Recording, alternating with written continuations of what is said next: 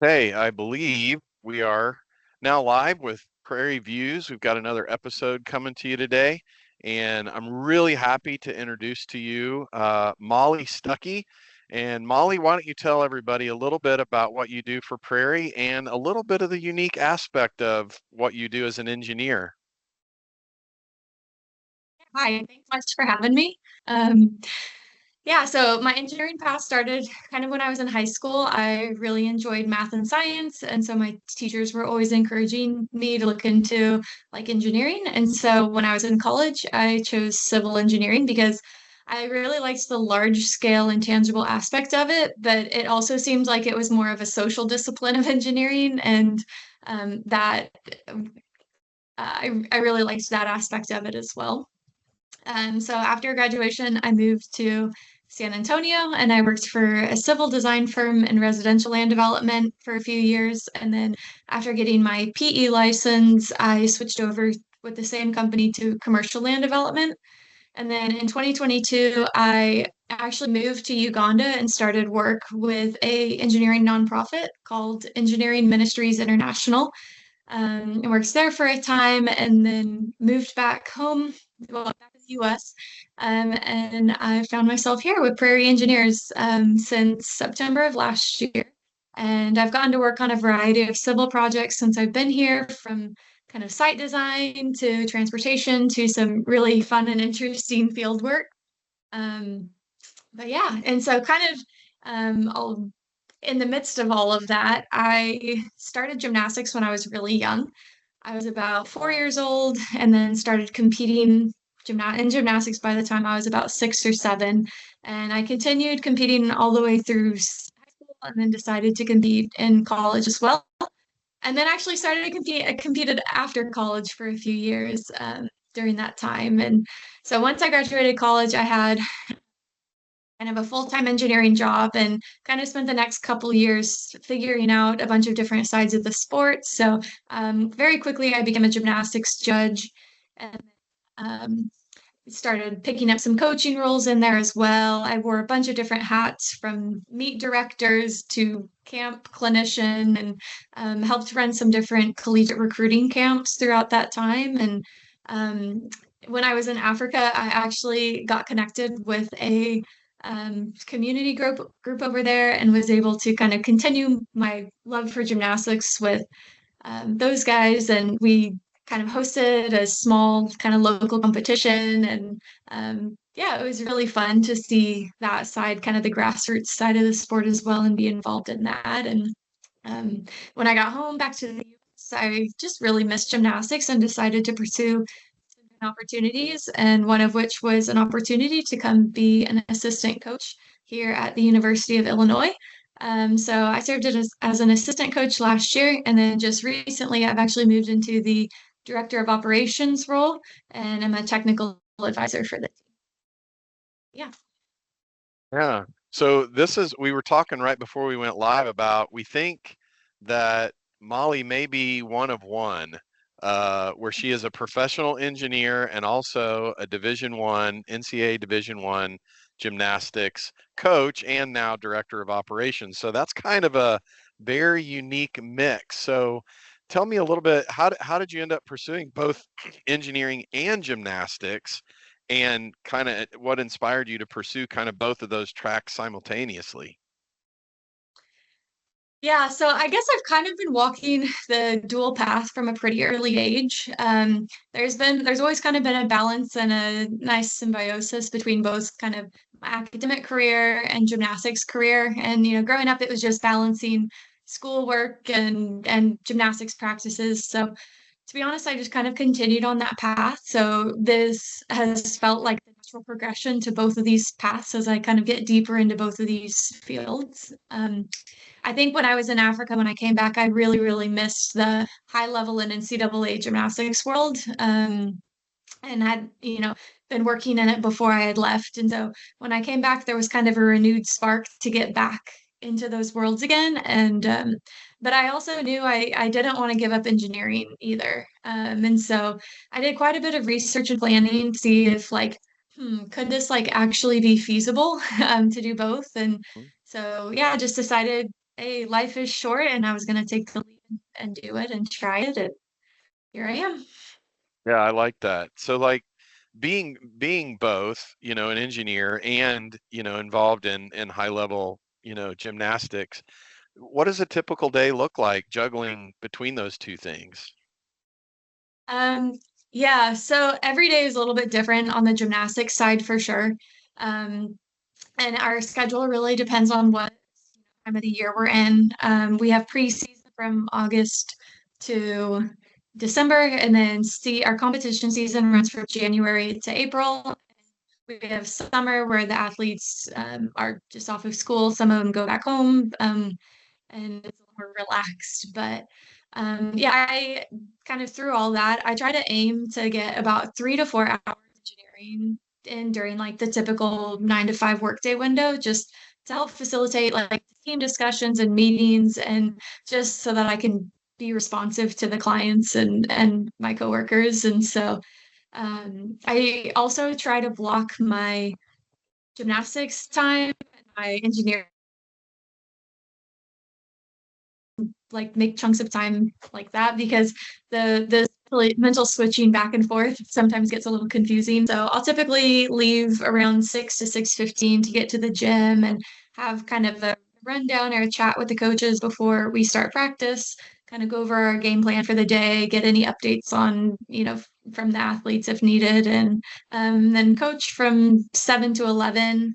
We typically have 4 rotations plus a conditioning session, and then yeah, once coaching is done, I'll head to the athletic offices and kind of eat lunch while answering some emails, some recruiting emails, or preparing some travel itineraries.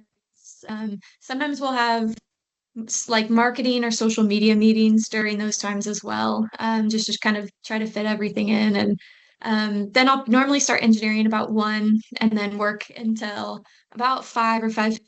And then I've got to get to the gym, so I head to the gym for a quick workout, and then work with Fellowship of Christians. So we have the FCA meeting, but most of the time it's kind of a few hours of any kind of work I need to get done that I wasn't Yeah. able to get done earlier that day.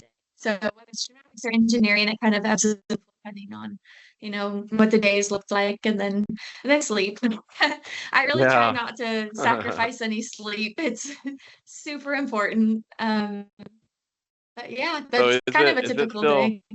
is it still storming where you are at? Because there was a few times where your audio kind of blipped in and out, but I think we pretty much got the bulk of what you said, but you still having lightning Oh storms no, there? yeah, yeah, there's some thunderstorms going on right now. Yeah, I They think they it's decided to interfering come with us right as just a we were. little.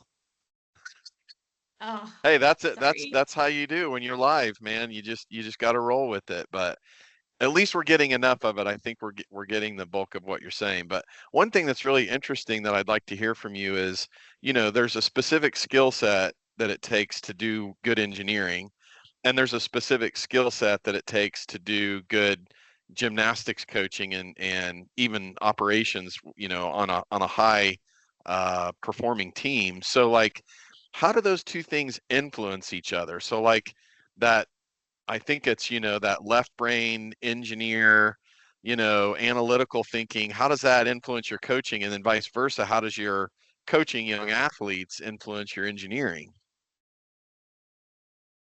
Yeah, so one of the um, early on ways I realized that, oh, my engineering brain is kicked on a lot during my gymnastics work was when I started judging, and I'm watching gymnastics through a really, really technical and analytical eye. Um, and that was like that's kind of world that I coach a lot too.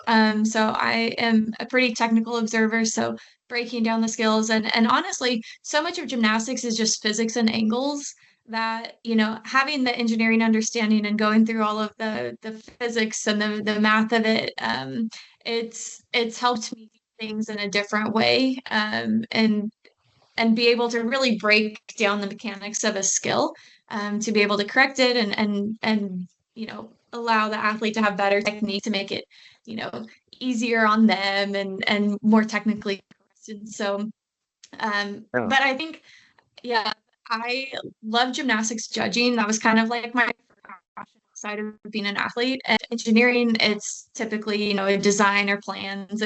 But in judging, it's like a score, a fair and accurate score that you're trying to give Mhm. to the athlete. And so, in both cases, you have a set of rules to follow.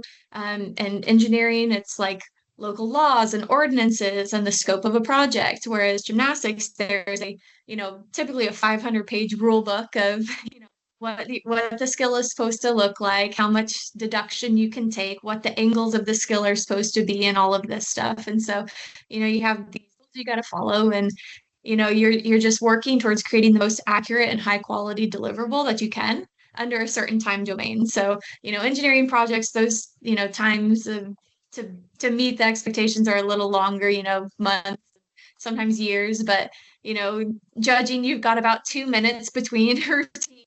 But it's that Yeah. quick analysis and those educated judgment calls, and that just, yeah, I think I found they're very similar, in terms of Yeah. your decision making, and then also just the evaluation of it. And quicker is better, but not at the expense of quality. And then sometimes at the end of, once you've delivered the deliverable, you have to be able to rationally justify your work. If someone comes up and says, why did you give this score, and you've got to know exactly what you took and have the organization to look back and say, well, this is what I did and this is why I did it, which, going back through, you have to do that with engineering projects too.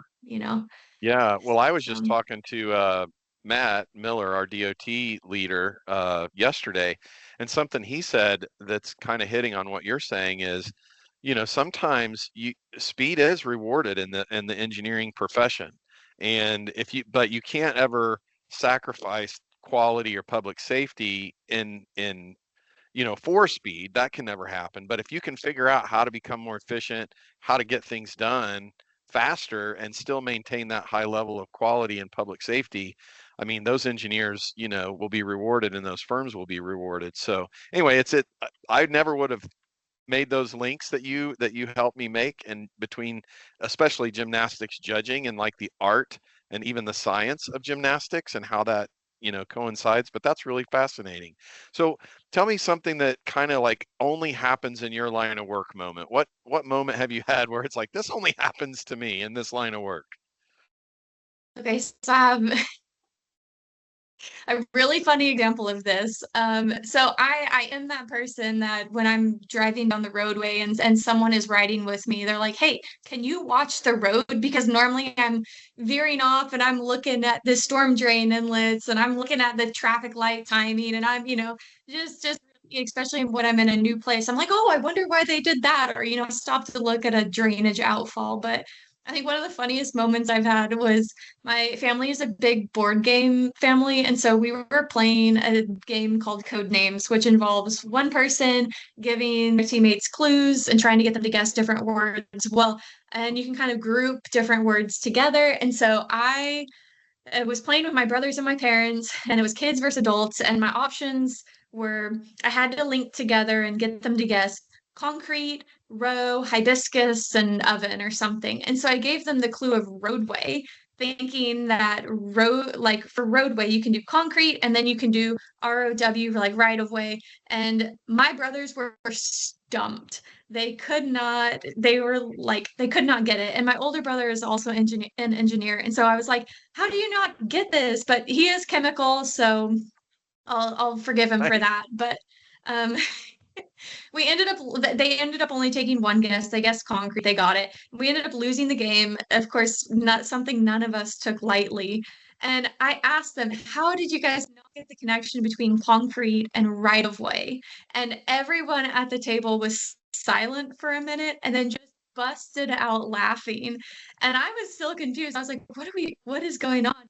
I had seen ROW as right of way for so Instead of long row. that by the time they stopped laughing, they had to, had enough to breathe. They were like, had to remind me that ROW is actually a word, and it's not just an abbreviation for right of way that everybody gets the first time they see ROW. So, yeah, needless Yeah, to say, that was many years ago, and I have still not been able to live that one down. Like, that is that is something. Yeah. still comes I out know that every game. time we play. Yeah, we play that game and we love it because a big group of people can play it. I mean, there's like, you just have two teams and you can have as many people on the team as you need. So, yeah, I will definitely tell my family that story because being Codenames players, they will definitely find that pretty funny. And even though I'm not an engineer, I'm often pointing out things, to my kids that are engineering related because I have to photograph them or I have to write about them, as a marketer. And it's Mhm. like, they're like, we don't care. Well, you'd care if the water was flooding over the road, or you'd care if this, traffic light didn't work correctly, but, they don't get it. Mhm. But that's typical. Engineers work, especially civil engineers work for a long time, I think personally has been undervalued publicly because, man, so many things that we do every day are so critical to our lifestyle and safety based on what civil engineers do all the time. So, well, we've about run out of time. In fact, we're going a little bit over, but I do want to give you the chance to answer another question, and that's advice that you would have if somebody's considering a career at Prairie Engineers. What kind of advice would you have for them? Yeah, I think I would say dream big and just go for it. I had no idea if I was going to be able to find a company that would work with both of my dreams, like with the gymnastics and the engineering. And I was so encouraged by there was a line on the Prairie website when I was applying, and it was like, I'm I don't remember it exactly, but it was something to the extent of we're always looking for energetic, competent people with a can-do attitude. And even if you don't meet the, criteria above, proceed to apply, and we'd love to speak with you about any positions we feel could be a good fit. And that was just that I was just like absolutely like any company that cares about, me and would work with me, I was like absolutely. And so I applied and I was kind of prepared to take a little bit of a step back from engineering just because of the demands of the gymnastics world. But when I found the exact opposite here. There's such an incredible depth of experience and knowledge here. I was immediately blown away by the people I was going to get to work with every day and just their like immense passion and like I said, just like expertise in their fields. And so like on top of that, I've gotten to work in some different sectors of civil work that I hadn't gotten to work with before. And I've really, really enjoyed it. And so it's just all around been an awesome fit, and I'm so glad I applied. And I would just say, yeah, go for it. So, yeah, Fantastic. Yeah. Well, that's great. Well, Molly, believe it or not, man, 15 minutes just flies, and we're actually a little bit beyond our 15 minutes, which is great because it was a great interview and you had a lot of good insights. But I want to thank you for being a guest on Prairie Views today. And Prairie Views is where all the civil engineers are good looking, all the surveyors are strong, I think, and all the scientists are above average. I may have said that a little wrong, but sometimes that's what makes lives so much fun. But thanks so much, Molly. Appreciate it. thanks, Gabe. You bet. Bye bye. Bye bye.